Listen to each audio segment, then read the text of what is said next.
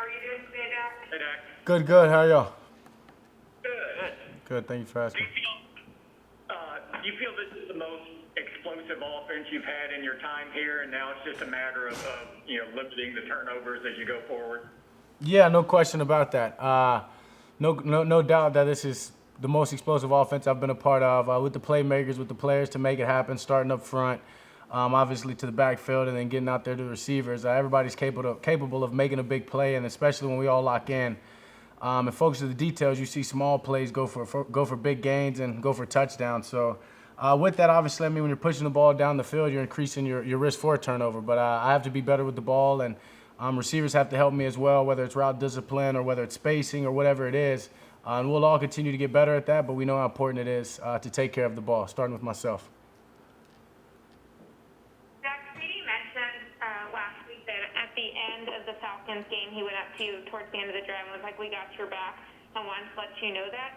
What's his relationship like with you on the field, and was that surprising for you that a rookie would feel the need to say something like that to you who's established? No, I mean, CD's a very passionate guy. I mean, he loves the game, and he studies his tail off. He works hard. So, I mean, that's the way that you get respect in the NFL, is by doing those things. So, I mean, he's done that from day one that he's been in here. So you don't necessarily think of when he speaks or says things like that in big moments that he's a rookie. It's just no different from that guy that comes in here each and every day and is a great professional. And so, I mean, we have a great relationship on and off the field. I trust him and only getting better and better on the field.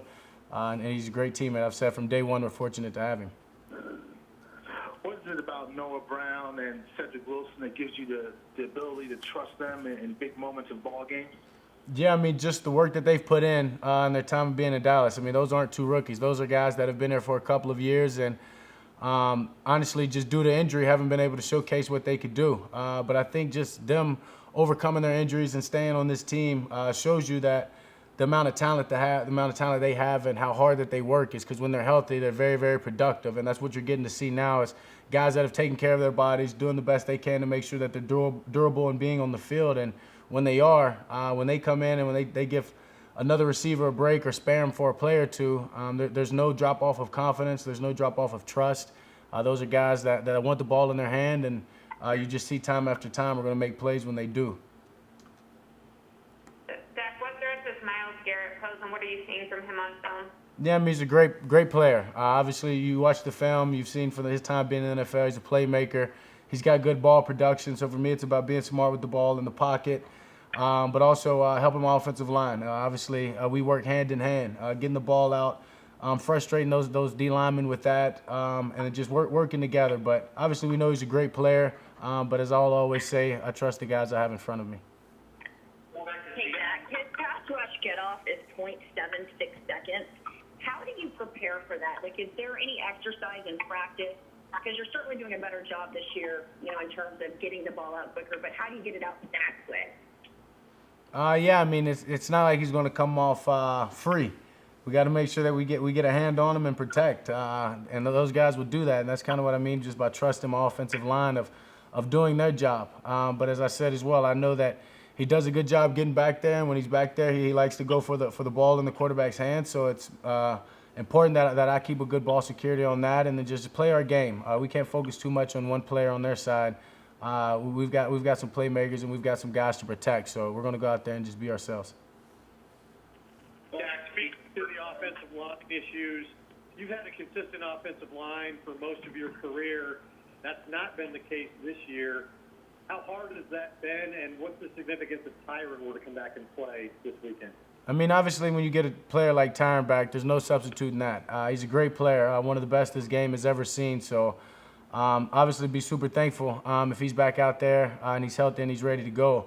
But I mean, I know those guys are fighting, and as I said before, and I'll continue to say, I work hand in hand with the offensive line. I've got to get the ball out of my hand faster, frustrate the guys that are rushing, trust and believe that they're going to do their job, move around in the pocket, allow them to stay on their blocks and put them in good positions for their blocks. But I trust our coaches, and I trust they're putting the guys out there, and I trust these players that are going out there, and I know they're giving it their all. And yeah, I mean, it's fun, honestly. I mean, you got new guys coming in there, and getting to play with these guys and just knowing that this is some of these guys' first action. And just seeing the way that they're growing and the way they're growing at practice is going to continue to transfer over, and they'll just become better and better players. Tyron did more in practice today. How did that go today, and how was it just seeing him back out there? Say again? Tyron did more in practice today. How was it for you just seeing him back out there, getting involved following the layoff with the injury? Yeah, I mean, as I said, when you get a guy like Tyron back, you can't replace a guy like that. So I mean, it feels good to have him back in the lineup and getting, as you said, doing more at practice. But I just care about Tyron being healthy and being ready to go. And so as long as he's making strides, we'll be fine. Going back to CD here for a second, and the start that he's off to his rookie year. Can you go to your rookie year? Was there a moment that you had where it's like, okay, I feel like I can do this. I got over this. Was there any kind of moment that you had like that, maybe that you've experienced early that felt like you could do it? Or did you always have that feeling that you could do it? Yeah, I think I've always had that feeling that I could do it. I mean, honestly, from the moment of coming, mine would probably, if there was a moment, it would be in training camp, and it would go back to, unfortunately, the day or so that Kellen Moore got hurt, and the day or so after that, when Tony Romo was taking his veteran day off, and I went from getting a couple of reps each day with the threes to getting from taking all the reps with the ones.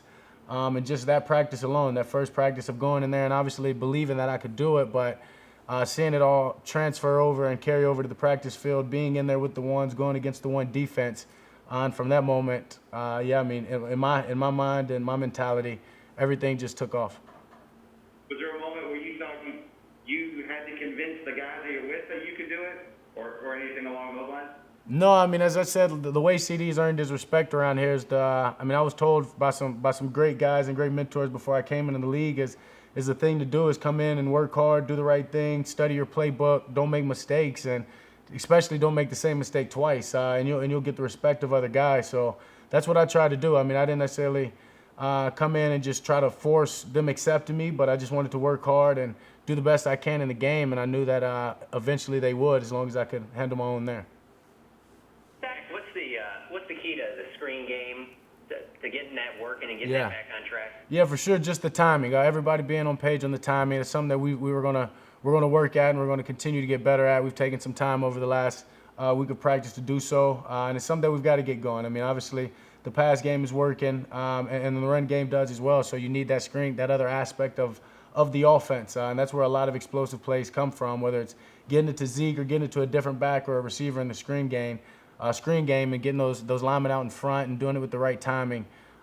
It'll be huge and just adds another component to our offense, and we'll get it right. Dak, you talked about how much your mom didn't like turnovers and how you'll still send her those texts. When you have games like you've had the last couple weeks, a couple plays you'd like to have back, do you send her a text about something like that? No, not necessarily. I mean, obviously I think about it, and I think about her often. But in that case, if I think about it, I'm going to get a little mad at myself because I know she would be. But that's something that I'm going to clean up. It starts in practice. It starts with the way that we approach the game, the way that I approach the game. And it takes all 11 of us. And I said before, we'll get it cleaned up, and it starts with me. This is the first of 3 straight home games that you guys have. How important is home field advantage for you guys as you kind of right the ship or get back into where you guys want to be after the start? Yeah, it's huge. I mean, I don't know if we've ever had 3 straight home games since I've been in the NFL. So it's great just to be able to be here in Dallas, to be at home, to protect our home field and allow people to know when they come in here. This is our home and this is our home turf, and we're going to defend it. So it's a great way for us to get momentum going, as you said, and get things going in the right direction. We've got to use it to our advantage. And how different was it? You played in 2 environments where there wasn't the crowd noise, and then you played here the one game with the noise. Was it a noticeable difference? Can you talk about what you felt on the field or what, if any, impact it had? Yeah, it's a huge difference. But I mean, I don't know if it has necessarily impact directly on the field, but it's a huge difference from just the atmosphere and just from especially big plays. You talk about big plays and momentum. When you have a crowd, you hear that. You get to feed off of them. And then obviously when you don't, that's just a lack of. And you've got to create that within your team. You got to create that within yourself. So, I mean, obviously being back in Dallas, having the fan base that we have, being able to have people come to the game and support us firsthand is going to make a huge difference. Hey, Jack, there's a stat floating around right now that y'all are playing a lot faster than basically everybody else in the league. You think that's more of a byproduct of falling behind in these last few games, or are y'all making a conscious effort to play faster? Yeah, I mean, we want to play faster. We want to play with tempo. Regardless, if we're up by a few touchdowns, the game's tied or we're down. It just gives us more opportunities on offense, more opportunities to create big plays and score more points. So I'd say the tempo is definitely purposeful. Jack, I know you didn't get the throw off, but on the last play of the game in Seattle, can you take us through what you saw in film in terms of keeping your balance and making the throw that you did make? Yeah, I mean, obviously, guy almost got me down. I just remember trying to just telling myself, you can't go down, you can't go down. And I was able to get up, get my balance. And then at the time, I saw Noah Brown going across the back of the end zone. And obviously the ball just got away from me there and wanted to throw that to him high out of the back of the end zone, whether he was going to make the grab or nobody did. But it got away from me. They went and fought for the ball, and obviously they came down with it. So, something you got to live with. But just be able to keep that alive and give my guys a chance, I'm going to live with that decision. It sounds like part of it's mind over matter, but what is the key to keeping your balance in that situation, or what are some of the things that you work on so when that time comes, you don't fall? Yeah, I don't know if I necessarily just work on trying to stay up in those situations. But right there, obviously you want to put a hand down, but you can't put the ball down. So it's about for me, it was just not letting my knee touch the ground, and just doing whatever. If I had to crawl for 5 more yards before it happened, just find a way to get back up to my feet. You've had so far, you had Cedric Wilson, a big game last week, Dalton Schultz before that. With the weapons you have at receiver and Ezekiel Elliott, do you feel going into every game there's a chance for a Schultz or a Brown or a Wilson or even a Tony Pollard to step up and have a big game going forward? Yeah, for sure. When you have the playmakers that we have, it's anybody's game. And I know I always tell them, hey, there's a lot of plays to be made. Don't wait for somebody else to go make the play. Be the big-time player yourself and go do it. And we have all the players on this team that are capable of that. So, and that's a good feeling to have. That's a good thing to have, just knowing when you get into the game that it could be anybody's day. So it's important for me to just allow the offense to come to me and spread the ball around. Is it rare as a quarterback to have this many receivers who you have this much trust in? I guess it could be, but it's a good problem to have. Just knowing that you can rotate guys can get tired, another guy comes in to spare them, and there's no lack of trust, no lack of confidence, and just knowing that those guys want the ball just as much. From the first receiver to the fifth receiver or whoever we're talking about, the second back, second tight end, whatever it is, all those guys want to make the plays, and I think that creates for a little bit of energy, right? People want that, right? They know there might not be too many opportunities that they get it, so they want to do something with the ball when they do, and that just allows the competitiveness between one another grow and just continue to get better, and we're all pushing one another. I know you focus on what you can do when you're on the field, but in light of the shootouts the last 2 weeks, what do you want from your defense to give you the best chance to win the game? Yeah, obviously just getting us the ball back. But I trust those guys. I trust the coaches that they're going to do that. Some games are like that, right? Some games you got to go in and it's a shootout, right? And you've got to score more points than them to win. And then some games it's whoever can score 1 touchdown or 2 touchdowns to win. It's a long season, and games are won and lost in all kind of different ways. So it's about just trusting those guys are going to do their job and do the best of their job. So it's important for me and my offense just to focus in on our job and to do what we can and know that defense and the special teams are going to handle their own.